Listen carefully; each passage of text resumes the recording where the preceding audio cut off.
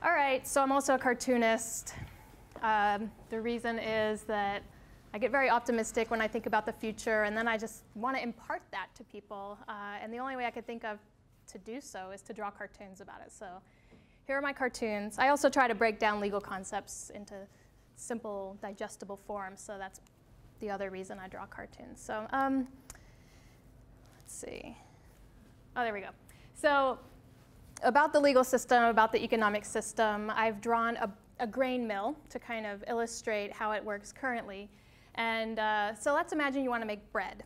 And this is how our legal and economic system tends to make bread. We have all these inputs like land and water and seeds. We have workers who put in their labor. We have consumers who put in their money. We sprinkle on a little bit of pesticides. And then we have these companies that are basically, they're elected by the boards are elected by their shareholders, and they are basically behind the wheel driving this company in order to earn money for themselves. And over time, these companies are structured so that the companies earn money, they get more and more power as they grow, and we haven't questioned this structure very much over the last 100 years or so because it's been giving us something that we sort of need, which is food and jobs. And so we've kind of been working on this system without questioning it enough. And we did, though, start to question it in some ways. And so in the US legal system, and I know this is also true here, we started to realize, well, if we allow these economic relationships to operate like this without putting in a few regulations, then people will kind of be exploited. So workers would be exploited. They might not have good working conditions. They might work long hours. And so in our legal system, and in most legal systems, we started to just tighten some screws in the system. We thought, well, we can't just let it exploit endlessly. We need to tighten up and create employment laws so that workers can get a minimum wage and have fair working conditions. We created securities laws so that people who put their money, they invest their money into these enterprises won't just completely lose their investment. I think it's also called financial offerings and financial advertising law here. It's called something different in every country, but yeah, in the US we call it securities laws. So making sure people jump through a lot of legal hoops before they take your money, basically. We created all these health and safety laws, consumer protection laws, so that we don't poison people and harm them in other ways. And we created zoning laws so that big companies don't just move into our neighborhoods and create a lot of noise and nuisance and pollution. And so it's important to note that even though we've tightened all the screws in this system over time, and we keep tightening and tightening them, it hasn't necessarily protected us very well. So that's me about 14 years ago. I used to work for Darden Restaurants, which is actually the biggest restaurant chain in the whole world. It's as in full service, you sit down and you order off a menu kind of restaurant chain. So they have a lot of profits. They have $500 million per year in surplus profits, but they still don't pay sick time for their workers. The minimum wage in the US for tipped employees is still $2.13 an hour. So that's what I used to make, and sometimes I just really didn't make very much at all. So the laws aren't necessarily protecting us. So they're also causing this. They're causing wealth to just continually flow in one direction. And so this is in the US. This is the wealth gap in the United States, where 20% of people control 93% of the wealth. And that just means that the other 80% of us basically are working with 7%. And it just keeps going and going and going that way. We haven't quite reversed that very well yet. So a lot of people think, okay, well, forget that whole system. It's not serving us. It's not protecting us. It's just creating wealth inequality. Let's start creating new systems. And so we have people at the grassroots level organizing things like this, like worker cooperatives and food cooperatives, local currencies, car sharing groups, basically strategies for meeting our needs outside of that exploitative system. But this is what happens when we try to operate within that legal system. So we're creating a new economic system in a way from the grassroots, but we're still operating in the primary legal system. So let's imagine a group of people starts a food cooperative. In the US, we have a lot of communities where you don't even have access to a grocery store or a place to buy fresh food. There are maybe liquor stores or little convenience markets, but no place to necessarily buy healthy food. So people form food cooperatives. They start purchasing food together. They aggregate their buying power, and they choose to support certain farmers or certain food producers. And maybe they use somebody's garage as a space to bring in all these orders. They might get some shelves and organize the food onto shelves. They might each put in, say, $500 to start the cooperative. They might each volunteer their time every month. But look what happens when they try to comply with the laws and basically operate their business. There it goes. See, they can't turn the wheel. See that? It's stuck. And the reason is because we've put all of these bolts in the system. We've just tightened and tightened them all over time. And so just to give you an example of how the laws come up as a barrier, employment laws might be a barrier for that group because they're not just people who are grocery shopping. Grocery shopping is something we all do, and there aren't many barriers to doing that. They're not operating a grocery store, which is something you kind of, in the commercial realm, that's a very formal activity, and you need to comply with a lot of laws to start a grocery store. There's something in between. But if they're a grocery store, they couldn't be volunteering their time, because as a general rule, if a business is going to be using your labor, they need to pay you a minimum wage and make sure you have certain protections as a worker. So there they are, right in between. They've formed you can call it a large buying club, you can call it a small food cooperative, and they've each agreed to volunteer a few hours per month. They might actually be violating employment laws. And in the US, a number of food cooperatives have already been shut down because of this. So, okay. This also just brings up a huge inherent tension in everything in the so-called sharing economy or new economy, which is that a lot of it's happening here. It's a lot of people who are trying to meet their needs for food, for housing, for energy, transportation. They start to get organized about it, and they start to grow groups to do it. And so as they become more formalized, they move toward this commercial realm. So a lot of what is happening in the new economy is happening in this green area or legal gray area. So, okay, another area of law that this food cooperative is violating is securities laws or financial offerings laws, because maybe they put up a sign that said, join our food cooperative, invest $500, or buy a membership share for $500. So as far as how people can use their money legally, people can go buy cat food, for example, without many barriers. People can also buy stock in large companies. So, and the reason for that is because these large companies have done a lot of work. They've created disclosures, and they've gotten approval from securities regulators to create this opportunity to invest. But if a bunch of people got together and they're each putting in money to start their natural cat food cooperative, let's say, on one hand, you could say they're just getting together to buy cat food together. On another hand, you could say, well, actually, they're all investing in their own cat food company together. But either way, they're in that gray area again, and they might be violating securities laws. Okay, another area of law, consumer protection laws, health and safety laws. This comes up because, in a grocery store, generally, you have a lot of rules to make sure that the place is clean and safe. In the US, you generally need to have 5 different kinds of sinks. You need to have a sink for your mop, sink to wash hands, sink to wash vegetables.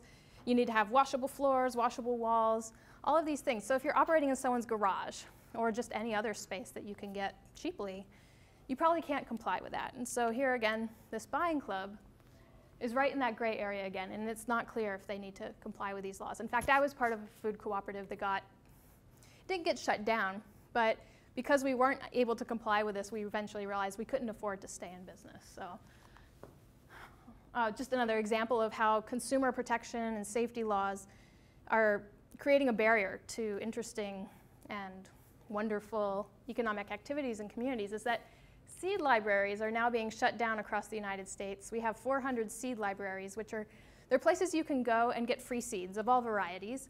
You can plant them, grow your own food, and if you want, you can harvest the seeds later, come back and donate them to the seed library so other people can come and enjoy those seeds. Well, they're being shut down because the idea is the law says you have to label every seed with certain information. You have to submit all seeds for testing procedures. And the goal is to protect people who buy seeds to make sure they're actually buying what they think they're buying. And these are good laws if you're, say, a farmer and you want to make sure you're buying good seed. But if you're just a community member who wants some free seeds, it's kind of ridiculous.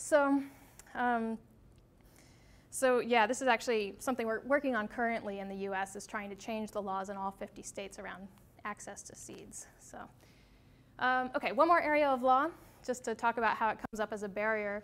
Zoning laws, land use laws, the way that in a lot of places in the world we tend to manage land is to divide it up into these kind of boxes. We have places where we live, we have residential zones, where we basically go and we sleep and we live and we do our sort of everyday things, but we don't work there and we don't shop there. We go to commercial zones to do our shopping. We might go to industrial zones if we work in manufacturing, and we go to agricultural zones if we're growing food and engaging in large-scale agriculture. But by dividing our lives into these little boxes of residential, commercial, agricultural, industrial, we've made it kind of impossible to relocalize production, relocalize food growing, relocalize our transactions with each other. So here again, you have a lot of people do this now. They grow their own food. They're not operating farms in their backyard, but they might start to get very enthusiastic about it. And then they grow all of these vegetables, and then they think, well, you know, I'm underemployed. Maybe I can make a little extra income by selling these vegetables. So people try to do this, and then the city comes and says, sorry, that's illegal. You're in a residential zone. You're operating a commercial and agricultural activity. So, okay, I mean, the sum total of it is that we have a lot of legal hoops to jump through. And these legal hoops are good. All of these laws are very good in the sense they are designed to protect us, but they're also designed to be complied with only if you have a lot of money. So if you have a lot of money, you can get through them, and everybody else just kind of looks at them and doesn't know what to do. And this has gotten us to a point where if we want to start creating new economies and take back our livelihoods, we can't really use our own money. We can't invest our own money in that. We can't really use our time and our labor. We can't use our relationships. We can't collaborate with one another, and we can't use our homes and neighborhoods. So if you kind of think about it, we don't really have anything to work with. The law has basically prevented us from using any of these things, which we would actually need to rebuild an economy. So my organization has started to grapple with this. And one of the ways that we grapple with it is to basically bring the legal hoops back down to earth, lower the legal barriers so that people can get through them. And I actually think there are so many laws to change all over the world at the local level, state levels, federal levels. And in that case, I actually think everybody should start to think of themselves as a citizen policymaker. So maybe put it on your lifetime to-do list, change at least one law, because there are just a lot that we have to change. And I made that slide just to demonstrate that it's a lot of fun to change laws. But an example of ways that we've changed laws, we've been involved in crowdfunding laws, basically laws that make it easier to raise money for a business and take small investments or microloans from community members.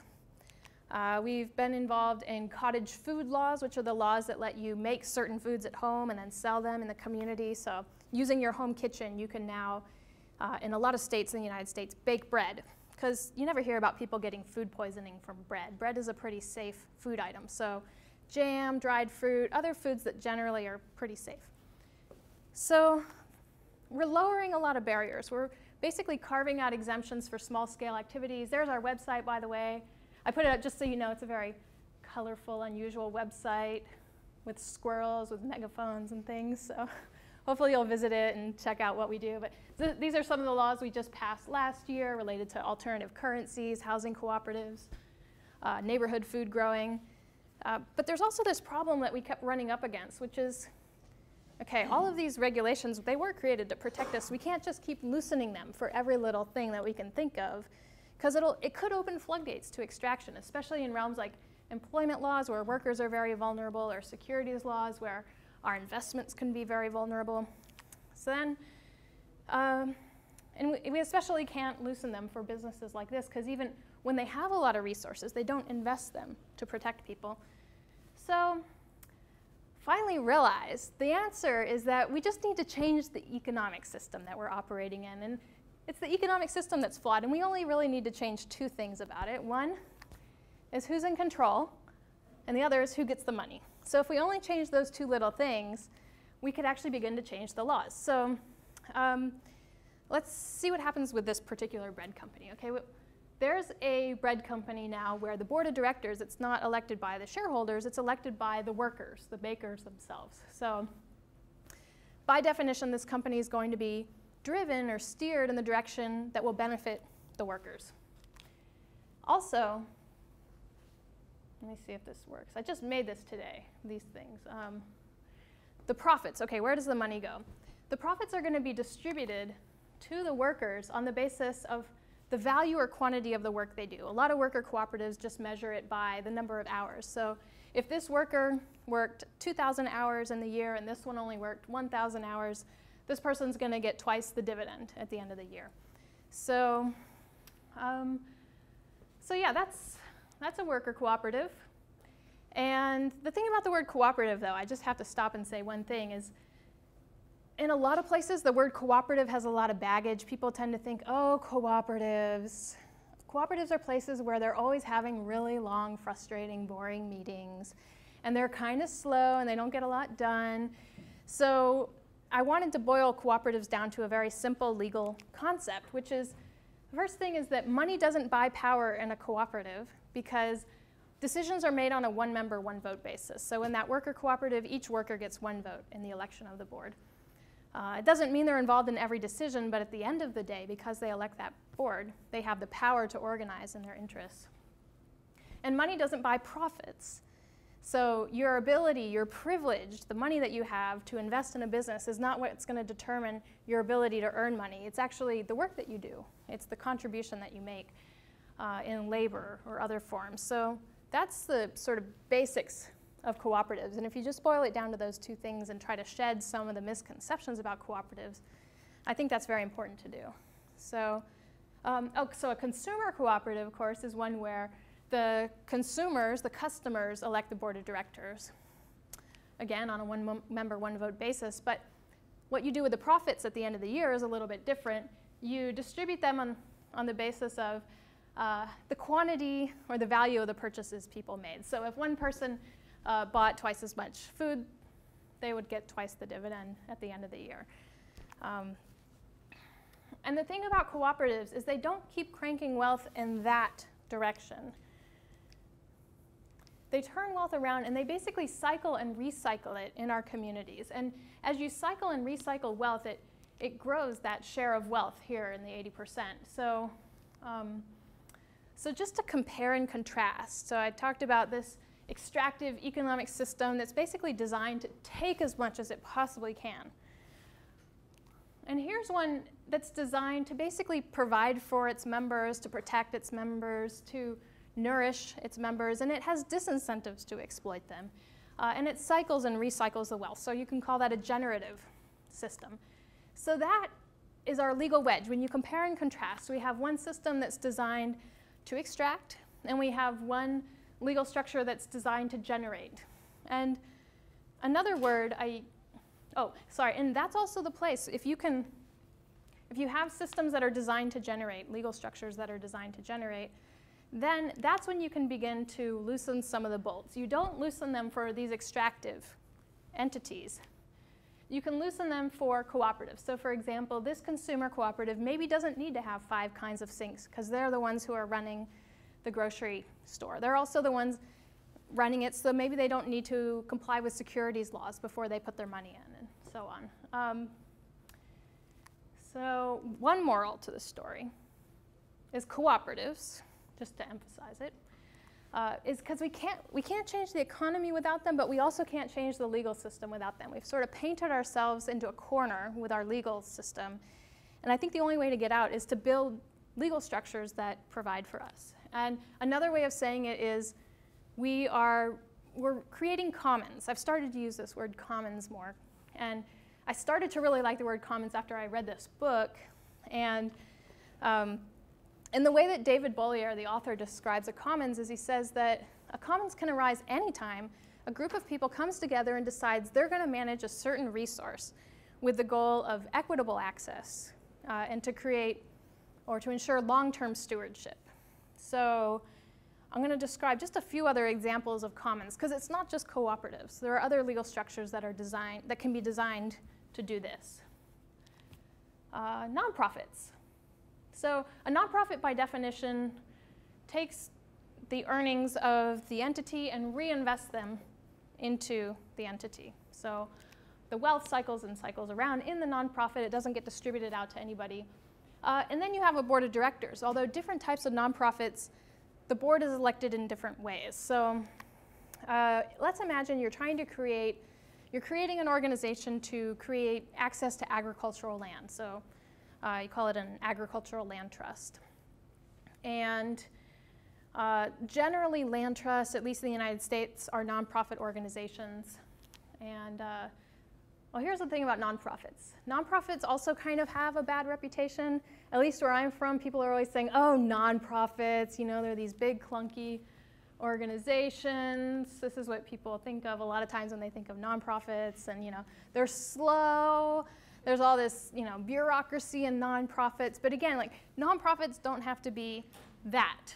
And there's a lot of room for creativity in how we design nonprofits, because they're a really powerful thing. It's such a powerful thing to have a container from which to do something where you're not distributing out dividends. So, so we can get creative in how we design the governance. And community land trusts are an example. Generally, community land trusts in the United States are formed to create affordable housing and to preserve the housing as affordable in the long term. And so in order to represent the interests of the community, they have just community members at large elect a couple seats on the board.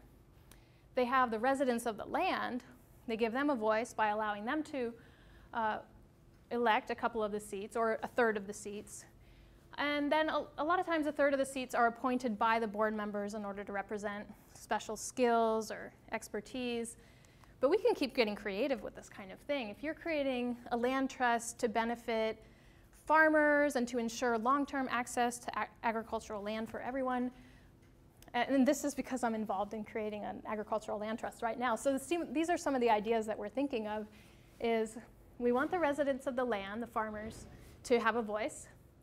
We also want the farm workers to have a voice, because 70% of farm workers in the United States can't vote in regular elections because they're not citizens. So great, 70% of the people producing our food don't have a voice. So we want to give them a voice. And we want organizations that help develop farms, like nonprofits, to have a voice. We want the people who buy the food, who make the choice to subscribe to the farmer's harvest through a CSA. Do you call it a CSA here? A community-supported agriculture program. We want them to have a voice. And so we're designing this with the goal that the board will make decisions in many people's interests.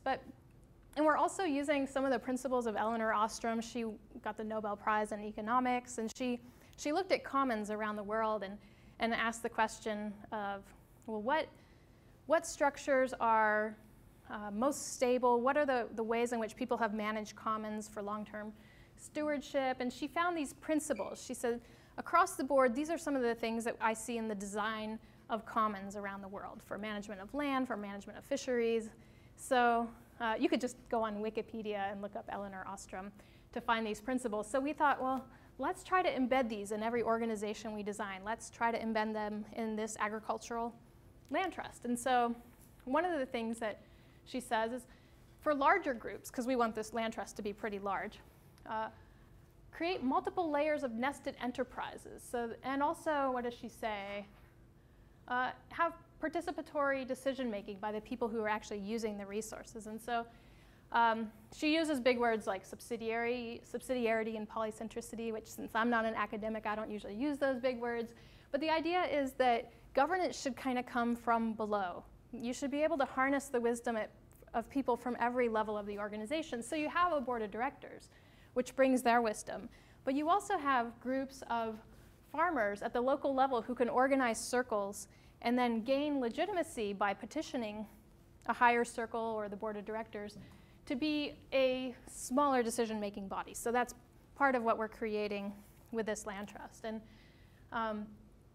a quick note also about governance structures too, it's because preferably we won't be writing bylaws that look like this, because if you really want to empower people at every level, they need to be able to understand what are the structures in which we're operating, and how can we use them to have a voice. And so, you know, a lot of cooperatives and organizations have taken the opposite approach, where they say, you know what, we don't need all of this fancy structure. We don't need these legal documents with all these big words.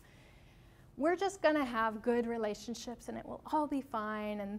And so what you end up with, though, I realized, is because I've had a private law practice for the last 7 years, more or less, and a lot of my clients are eco-villages, co-housing communities, worker cooperatives, and so it's groups of people who have come together.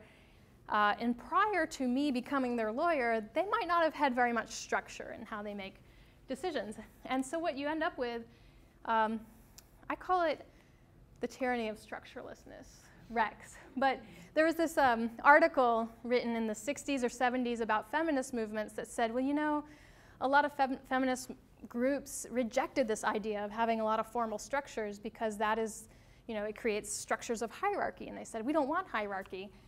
But by rejecting structure altogether, hierarchies begin to just form naturally, because what you have in organizations are people who basically have a greater sense of entitlement to power. They are maybe louder, they're maybe bossier, and so inequalities begin to form in organizations if you have no structure.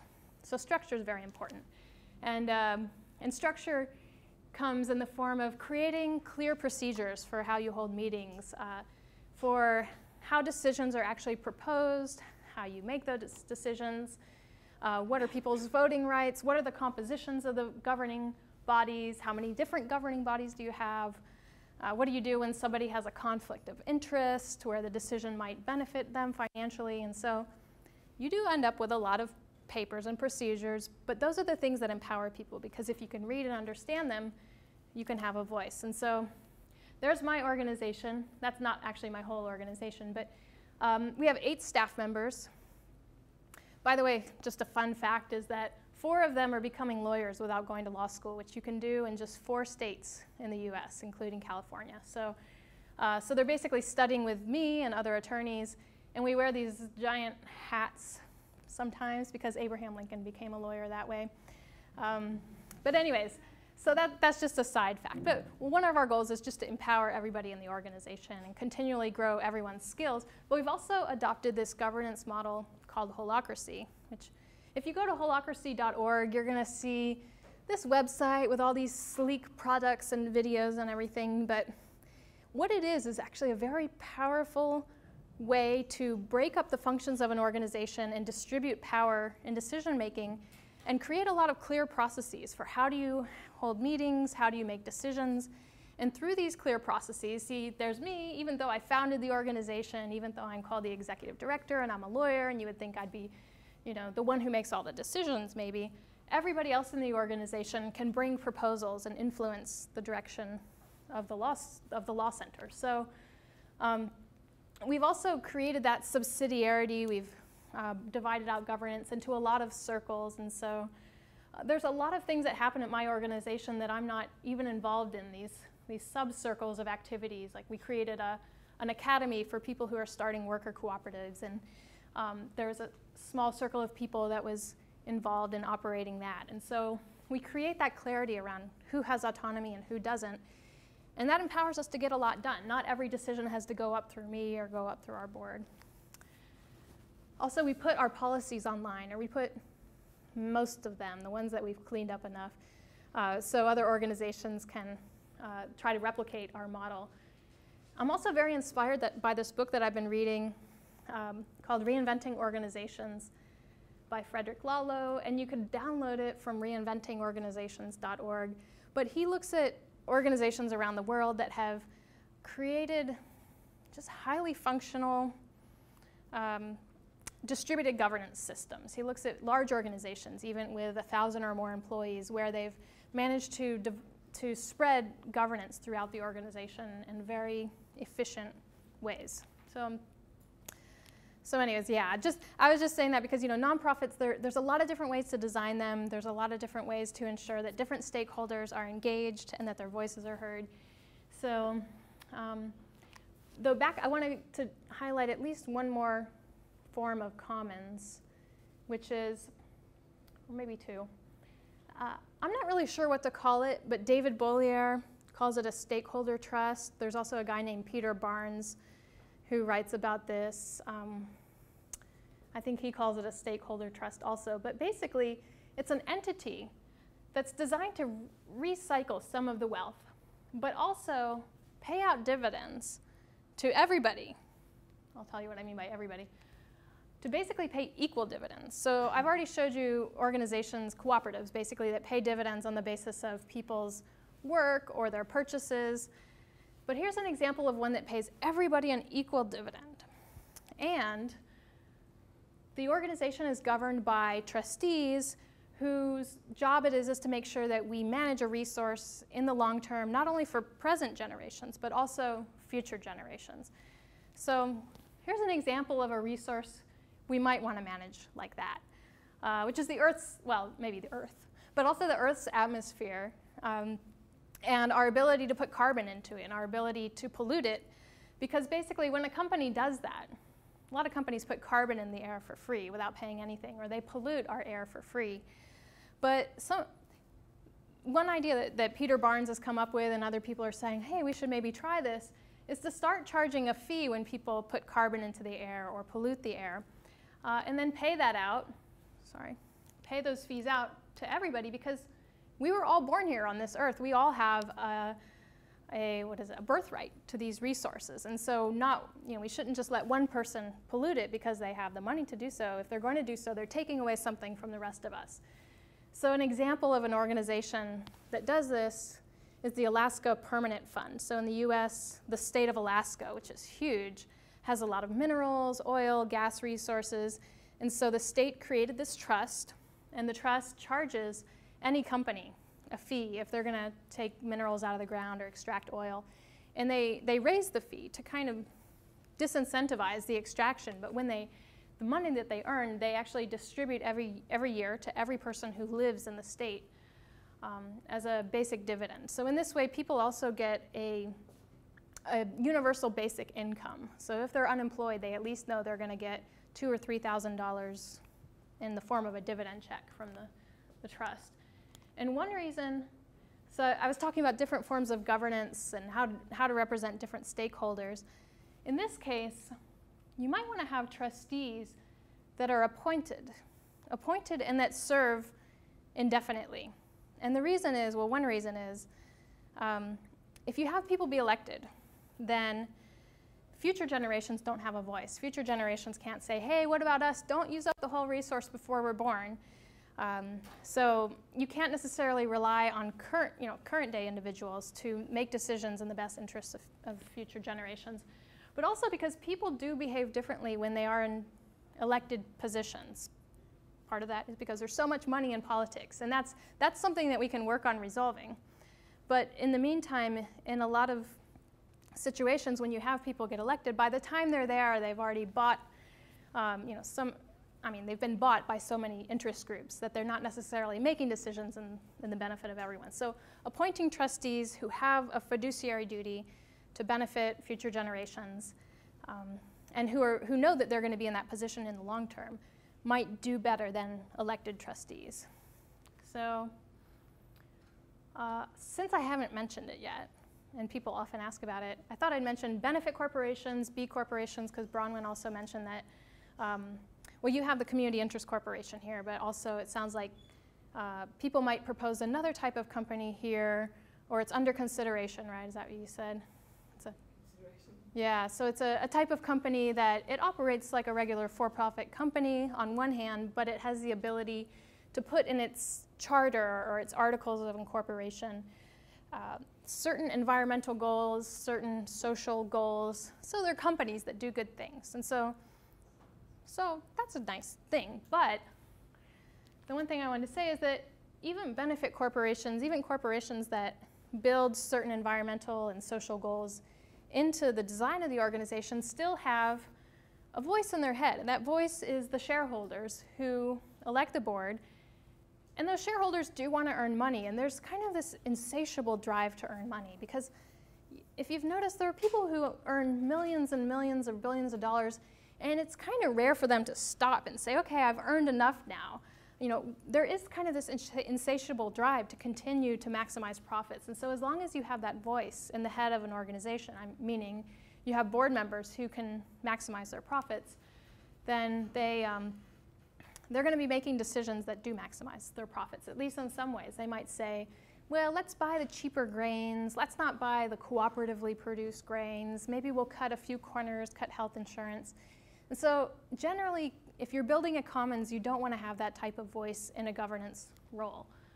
David Bowie Era has a lot of good quotes from that book that I mentioned, but he just says if you want to create commons, you need to really resist their enclosure and resist that lust for capital accumulation. So ensure you build it in a shell that cannot be permeated by that drive.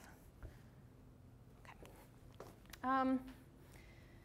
So I don't know if, is anybody here involved in creating organizations, creating cooperatives, creating, I don't know, farmers markets or things like that? There's a few people in the room. A lot of people would just complain right now. It's hard to get anything started right now. If you're trying to start a new food cooperative or renewable energy cooperative, it feels like you're pushing a giant rock up a hill. And that is because of the whole design of our legal and economic system. It's not designed to privilege cooperatives. There's not a lot of literacy about what is a cooperative or what is commons.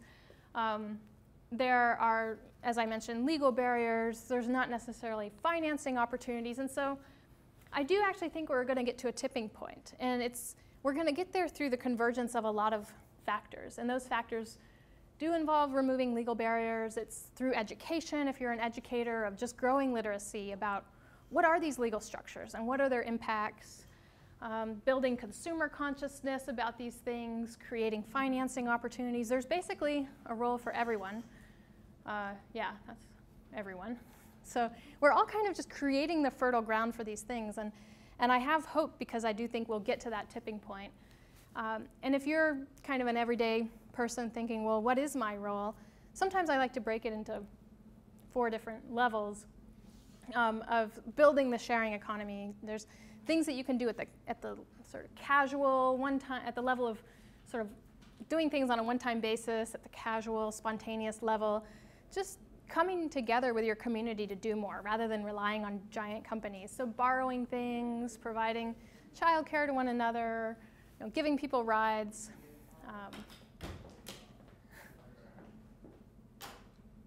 The second level, you start to formalize these arrangements a little more. You create agreements to, say, regularly exchange childcare, or to co-own a house, or to co-own a car, for example. And by creating agreements, you create economic relationships you can start to rely on. So, for example, my neighbor and I share a vacuum cleaner. It's not just that she can borrow my vacuum cleaner whenever she asks.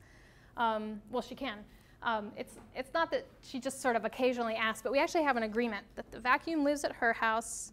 And anytime I need it, actually, I go and get it from her. And so we have an agreement, which means we don't each have to own a vacuum cleaner. Already, that's one agreement we've made that we can rely on to meet our needs, as small as it is.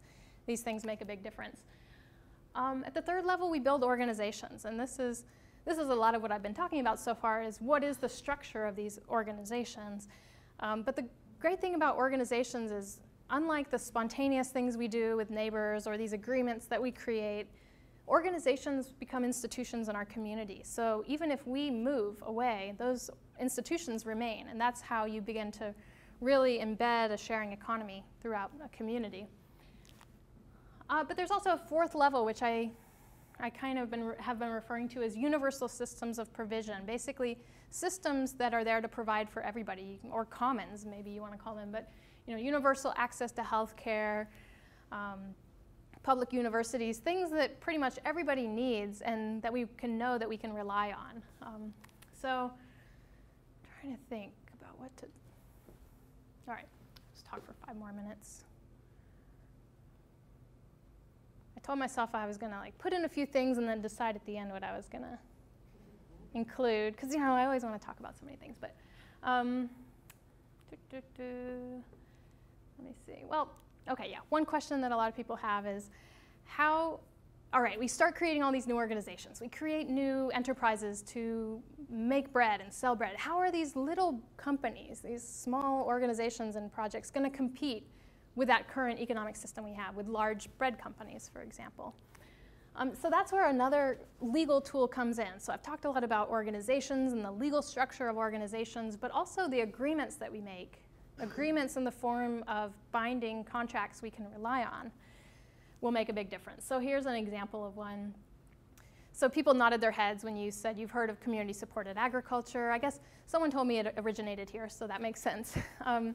But the sort of underlying concept of community-supported agriculture, community-supported enterprises, you're making a relationship with the producer. So even if you don't own the bread company or own the farm, in the case of a farm, you're making an agreement with the farmer to basically provide some capitalization for the farm by buying a share of the harvest in advance of the planting season. So that gives the farmer capital to plant and basically pay for everything that's necessary until there's a harvest. You're sharing the profits or the bounty of that because you're getting a percentage of the harvest, and if it's a good harvest year, you get to share in that. You're also sharing risk because if it's not such a great year, you're going to take a small hit from that as well. You might share in the work or the labor. Of course, that brings up employment law issues, which I already acknowledged, but a lot of people go out and they volunteer on farms that they've chosen to support. The farm likely shares more information with the consumers by just being more transparent about how it operates, what it pays its workers, how it spends its money, where it gets its seeds.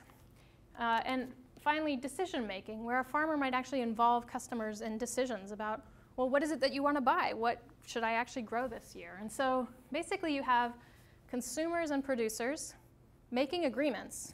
So this is not a new type of organization necessarily. It's a form of contract.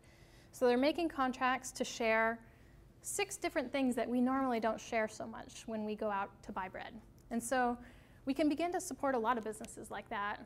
And just in the context of bread, let's say you have a neighbor who's starting a little bread company out of their home kitchen. You could say, oh, I'm going to support you, I'm going to buy bread from you sometimes. Or you could do something more powerful, which is to get together with a lot of your neighbors and say, we agree, we're each going to buy 1 loaf of bread per week for a year. And then in exchange, you agree to do positive things to benefit us, which is spend part of your earnings in the neighborhood, support local farmers, use healthy grains. And so it's mutually beneficial. And the bread producer knows that he or she is going to have some guaranteed success, at least for the first year. So that is how one small bread producer competes with the larger ones, is through agreements. So thinking about the types of agreements we can make, basically coming together and agreeing, no, this is not the economy we want, but this is. And that can be a very powerful thing. So it's also, I think, a very powerful thing in getting finance. If you're a startup business, there's not a lot of access to financial capital to get started. But let's say you have 500 people who said, I'm going to buy 1 loaf of bread per week. Well, that might actually get you there. So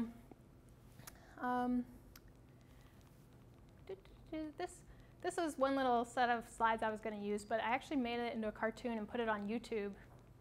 It's called the Next Sharing Economy.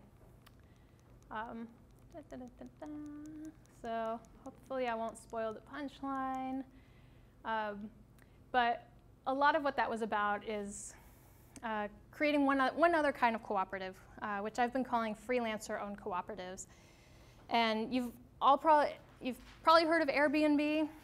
I definitely, maybe raise your hand if you haven't heard of Airbnb. Okay, good. Usually people do, usually at least one person raises their hand, but okay. So there's Airbnb, where people are making money by renting out their homes. There's also Uber. Do you guys have Uber here? Okay, so basically it's an online platform that allows people to pick up strangers and drive them around and earn money, so kind of operating little taxi cab companies. And so the ownership of these companies it's that extractive system. It's a company that's designed to take a fee from everybody's labor, basically, and generate billions of dollars for these very large companies. So Airbnb and Uber are both valued at more than $10 billion each.